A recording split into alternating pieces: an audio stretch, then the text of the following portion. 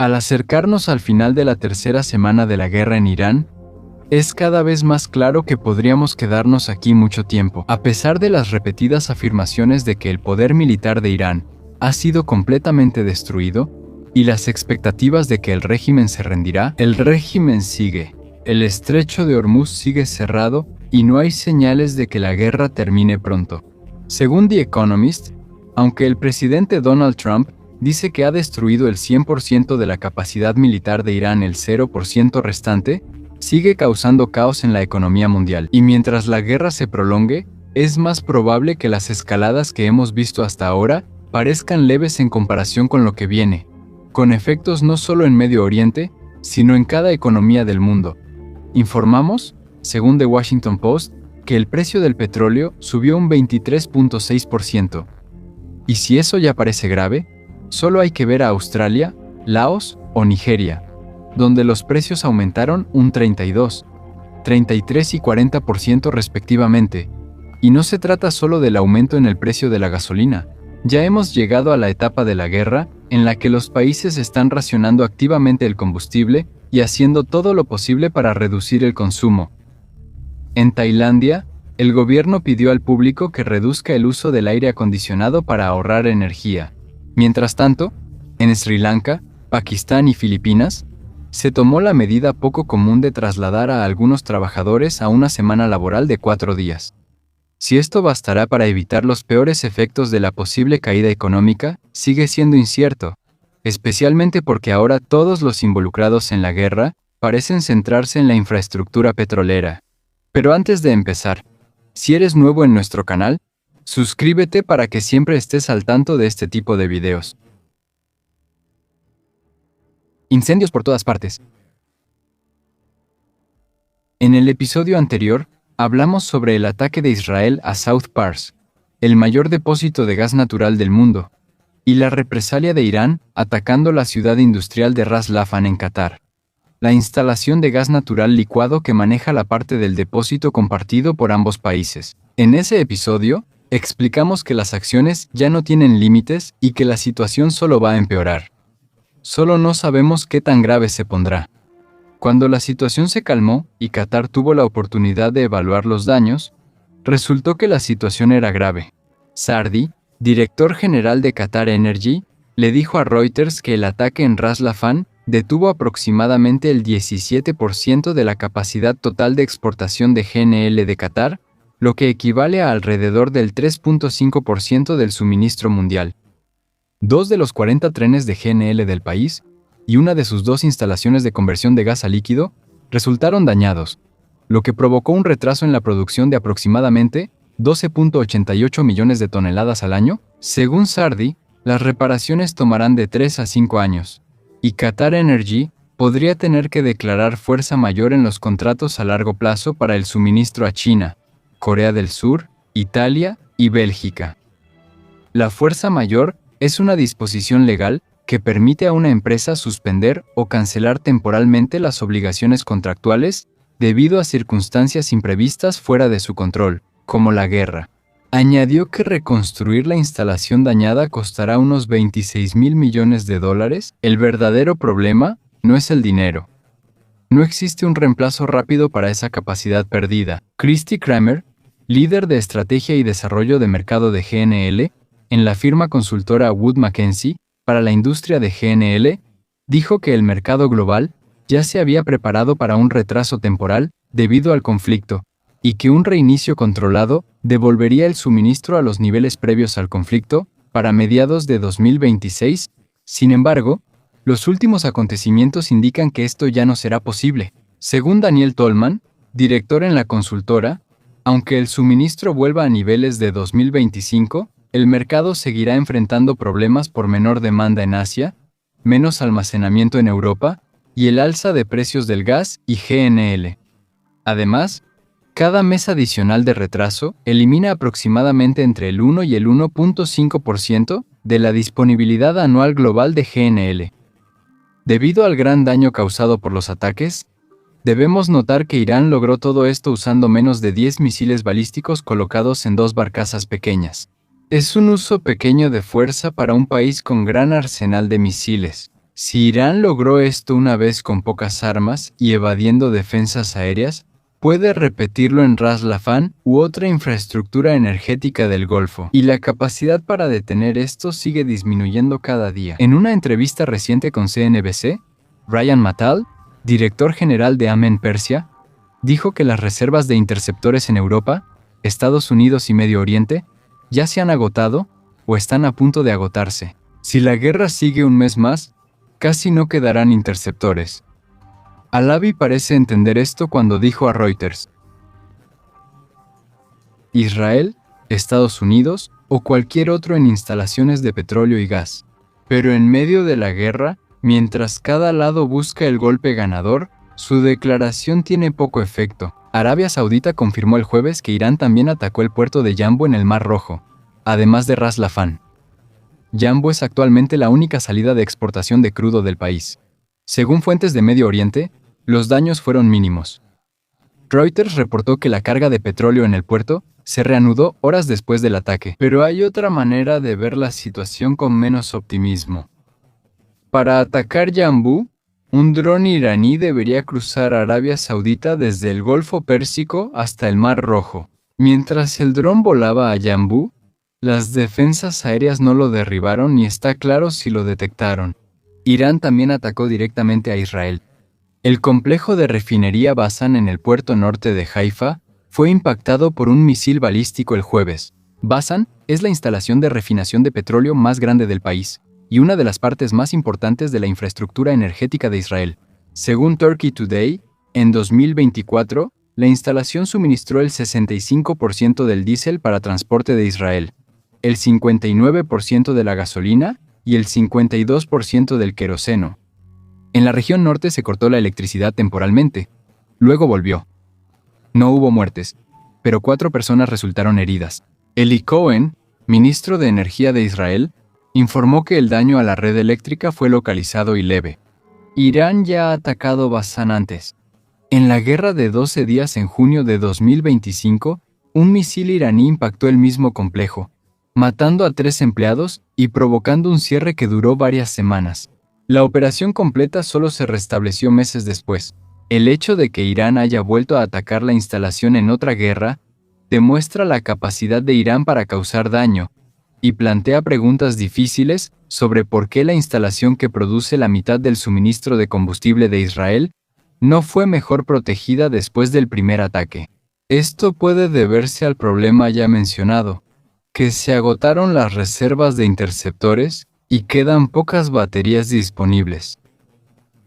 La respuesta de Trump llegó tarde, la noche del miércoles, en una publicación en Truth Social que intentó hacer varias cosas al mismo tiempo. Culpa a Israel por actuar solo, asegura que ni Estados Unidos ni Qatar sabían del ataque, y afirmó que Israel no tratará de nuevo con South Pars.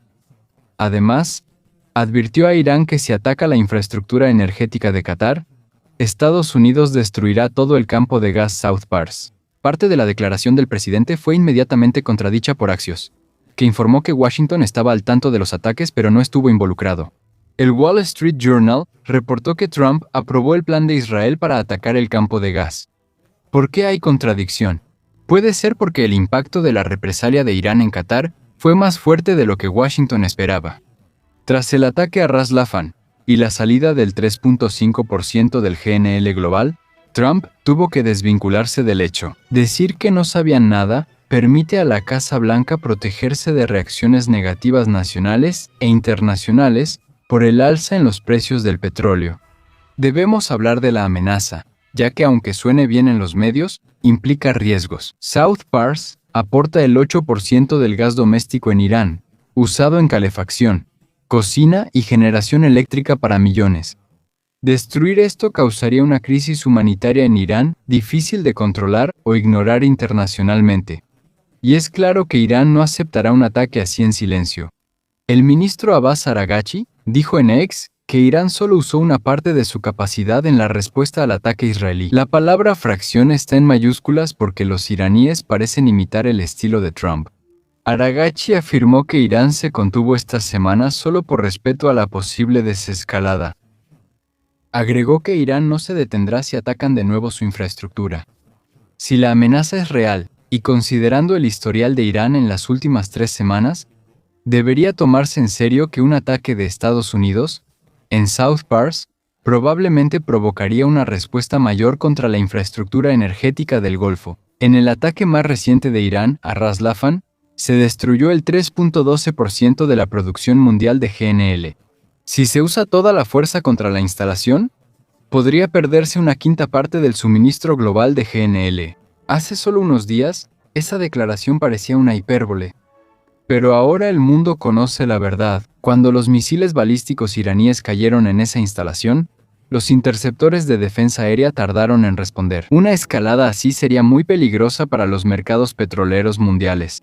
La situación ya es muy seria, por lo que Washington tuvo que tomar una medida que era impensable hace apenas un mes. El 12 de marzo, la administración Trump levantó por 30 días las sanciones a envíos de petróleo ruso varados en el mar, permitiendo su entrega hasta el 11 de abril para calmar el mercado. La medida permitió agregar aproximadamente 130 millones de barriles al suministro global, pero no logró bajar el precio. Y el jueves, el secretario del Tesoro, Scott Bessent, intensificó aún más la medida, diciendo que la administración podría levantar las sanciones al petróleo iraní, que ya está en el mar, que suma aproximadamente 140 millones de barriles. La explicación es, al eliminar las restricciones, países como India, Japón y Malasia podrían recibir combustible mientras se obliga a China a pagar el precio de mercado. Pero los expertos no están de acuerdo, porque el efecto en el precio sería limitado y hasta podría aumentar los fondos para el régimen de Irán. David Tannenbaum, director de Blackstone Compliance Services, una consultora experta en sanciones marítimas, le dijo a la BBC: «Esto es una locura. En esencia, estamos permitiendo que Irán venda petróleo, lo que podría usarse para fortalecer su guerra». Agregó que solo a los petroleros iraníes se les permite pasar por el estrecho, mientras Irán sigue exportando petróleo en medio de la guerra. Pero esas exportaciones aún están bajo sanciones. Desafíos de liderazgo. Como dijimos antes, Ali Larijani, secretario del Consejo Supremo de Seguridad Nacional de Irán, es visto como una de las figuras más poderosas del país desde el asesinato del líder supremo Ali Jamenei en un ataque aéreo israelí. Larijani es clave para el régimen iraní, debido a su amplia experiencia en política y seguridad, incluyendo negociaciones nucleares y otros altos cargos en el gobierno. Algunos comentaristas occidentales lo han visto como una figura que podría llevar a Irán en una dirección más pragmática o diplomática, como un líder que podría dialogar mejor con el mundo occidental antes de que estallara una guerra de esta magnitud. A veces se compara a líderes como Delcy Rodríguez, presidenta interina de Venezuela, quien asumió tras la salida del anterior presidente y llevó al país hacia una dirección pro-occidental. Aunque muchos expertos en Irán se opusieron a comparar directamente a Larijani, sigue siendo cierto que él es visto como más pragmático o razonable en comparación con otros funcionarios más radicales antes de que estallara la guerra. Larijani es pragmático. Aunque antes era visto como duro, ahora parece abierto al diálogo y la negociación. Mencionamos a Larijani porque, según medios iraníes, Teherán ya eligió a su sucesor, el exministro de Defensa, Hossein Degan. Degan es una figura de carrera en el cuerpo de la Guardia Revolucionaria Islámica, y su historial está lleno de enfrentamientos clave entre Irán y Estados Unidos en las últimas 4 décadas. Según Jason Brodsky, director de políticas de Unidos contra el Irán nuclear, Degan tuvo un papel en la toma de la Embajada de Estados Unidos en Teherán en 1979, y sirvió como comandante del CGRI-4 en Líbano y Siria en 1983. En ese entonces, Hezbollah bombardeó un cuartel de Marines de Estados Unidos en Beirut, causando la muerte de 241 militares estadounidenses. Degan es reconocido como un hombre de la Guardia Revolucionaria, y su nombramiento indica que la influencia de la Guardia Revolucionaria en la toma de decisiones de Irán durante la guerra se ha fortalecido aún más tras la desaparición de Larijani. Si había alguna esperanza en Washington o en las capitales del Golfo de que Teherán pudiera usar este inesperado cambio de liderazgo para iniciar negociaciones, la elección de Degan demuestra que no es así. Este régimen solo reemplazó a su principal funcionario de seguridad por alguien cuya carrera siempre ha estado cerca de los radicales. Para Degan, aunque el nombramiento es una promoción, también lo pone en riesgo. Estados Unidos e Israel han demostrado a lo largo de esta guerra que no dudan en alcanzar a las figuras de alto rango dentro de Irán, y Degan ya ha subido en su lista de objetivos. Larijani no es el único alto funcionario que perdieron esta semana. El miércoles, el presidente iraní Masoud Pezeshkian confirmó que el ministro de Inteligencia Esmaili también murió en un ataque aéreo israelí, convirtiéndose en el tercer alto funcionario en morir en solo 2 días. El ministro de Defensa israelí, Israel Katz, anunció la muerte y dijo que él y el primer ministro Netanyahu dieron permiso a los militares para atacar a cualquier alto funcionario iraní sin necesidad de aprobación adicional. Katib ha servido como ministro de Inteligencia desde 2021 y, según el Jerusalem Post, su nombramiento es notable porque gran parte de su carrera la pasó dentro del aparato de inteligencia de la Guardia Revolucionaria. Su traslado al Ministerio de Inteligencia Civil se ve como una forma de fortalecer el control de la Guardia Revolucionaria sobre la vigilancia interna y las operaciones de contrainteligencia. Según las Fuerzas de Defensa de Israel, Katib tuvo un papel importante en dirigir los arrestos y el asesinato de los manifestantes durante los recientes disturbios en Irán, así como en la formación de las evaluaciones de inteligencia del régimen durante la crisis. Aunque este tipo de asesinatos puede que no derroque inmediatamente al régimen, impide que Irán tenga tomadores de decisiones en los momentos en que más se necesitan. Para Washington y Jerusalén, ese es el objetivo. Nowruz. Nuevamente, también debemos hablar sobre la festividad iraní Nowruz. Para la fecha en que se publique este video, la festividad se estará celebrando al mismo tiempo que el Eid al-Fitr, la fiesta musulmana que marca el final del sagrado mes de Ramadán. Normalmente, celebrar ambas festividades al mismo tiempo sería una de las semanas más felices de los últimos años. Pero por supuesto, la alegría no está presente en Irán en este momento. El Nowruz, que significa nuevo día, marca el equinoccio de primavera y el inicio del nuevo año en el calendario iraní. Las semanas previas suelen centrarse en los preparativos para la festividad. Este año, el conflicto ha hecho del Nowruz un tiempo de amarga reflexión. Una mujer le dijo a la BBC que cada día parece muy largo, por lo que ha perdido la noción del tiempo, lo que ha hecho que los preparativos sean difíciles. Su hijo dijo que muchas personas han perdido su trabajo y que él teme por la infraestructura del país, que ha sido gravemente dañada por los ataques aéreos. No todos han dejado de intentar vivir normalmente. Una niña llamada Palis le dijo a la BBC que ella siguió yendo al salón de uñas el 17 de marzo. Mientras ella estaba ahí, hubo una fuerte explosión, pero nadie se sorprendió ni retrocedió. Algunas familias no celebrarán. El jueves, el régimen ejecutó a 3 hombres acusados de matar policías en una protesta de enero. Esta es la primera ejecución relacionada con la manifestación. Entre ellos está Saler Mohamed, de 19 años, miembro del equipo nacional de lucha de Irán y competidor a nivel internacional. La ONG Derechos Humanos de Irán, en Noruega, informó que los 3 recibieron pena de muerte por los conflictos. La decisión se tomó en malas condiciones, y advirtieron que cientos más enfrentan casos que podrían tener la misma sentencia.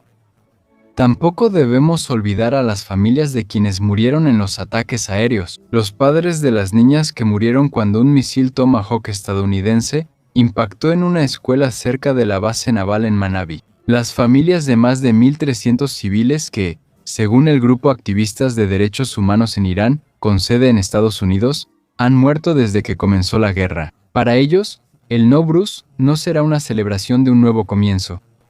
En cambio, será un recordatorio de todo lo que han perdido. Ojalá que la guerra termine por el bien del pueblo iraní y de todo el mundo. Gracias por vernos.